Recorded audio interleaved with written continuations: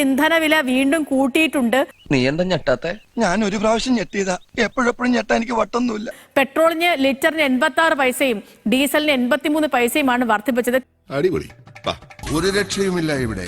കഴിഞ്ഞ ആഴ്ച 3 രൂപ വീതം വർദ്ധിപ്പിച്ചു. അതിന് പിന്നാലെ ഇപ്പം 90 പൈസയോളം വർധനവ് ഇപ്പോ വരുന്നു.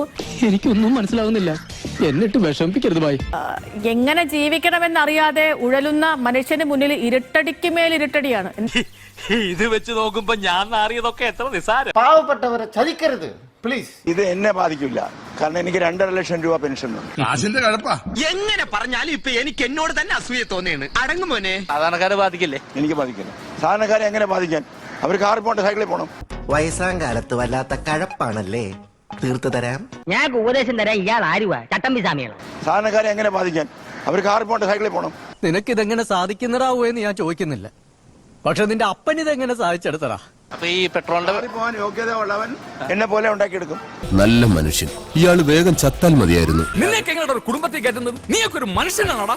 പോകാൻ യോഗ്യത ഉള്ളവൻ എന്നെ പോലെ ഉണ്ടാക്കിയെടുക്കും. അതിന്റെ ആവശ്യമില്ല, പിന്നീട് നമ്മൾ ദുഃഖിക്കേണ്ടി വരരുതേ.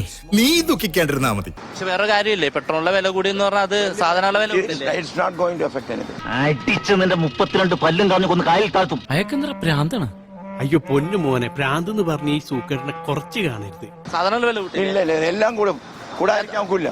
പെട്രോള് കുറഞ്ഞുകൊണ്ട് വരികയാണ്. എന്റെ മാമന്റെ മക്കളൊന്നും അല്ലല്ലോ, തെണ്ടികള് വേണമെങ്കിൽ കുടിക്കട്ടെന്ന്. കുഴിയിലേക്ക് കാല് നീട്ടിരിക്കണ നാണല്ലോ. അതിന്റെ നിക്ഷേപം കുറഞ്ഞുകൊണ്ട് വരികയാണ്. അപ്പൊ നമ്മൾ ഊറ്റിയെടുത്താണ് കൊടുക്കുന്നത്. ഇതൊക്കെ ഞങ്ങളോട് പറഞ്ഞത് എന്തിനാണ്? അവന്റെ മുഖത്തോട്ട് കയറിയിരിക്കേ, എനിക്ക് അവന്റെ മോന്ത കണ്ടിട്ട് കുറെ കഴിയുമ്പോൾ പെട്രോൾ ഉണ്ടാകത്തില്ല. അതുകൊണ്ട് there is a requirement of putting a brake to it. നീ കയറി കയറി എങ്ങോട്ടേ പോണത്? അതെ, നിന്റെ ഈ തൊഴുത്തിക്കുത്തു സ്വഭാവത്തിന് അടി ആരൊക്കെയാണ് ഓങ്ങി വെച്ചേക്കണെന്ന് എനിക്ക് തന്നെ അറിയാൻ പാടില്ല. അതിനൊരു തടയിടേണ്ട ആവശ്യമാണ്. I support that. ആവേശം കൊണ്ട് ഓരോന്ന് വിളിച്ചു പറഞ്ഞ് തടിയേടാക്കണ്ട, പണിയെടുക്കാതെ ജീവിക്കാൻ നോക്ക്. അദ്ദേഹം പറയുന്നത് മറ്റൊരു രീതിയാണ്. കാരണം സാധാരണക്കാരെ സംബന്ധിച്ചിടത്തോളം വലിയ പ്രതിസന്ധിയാണ്.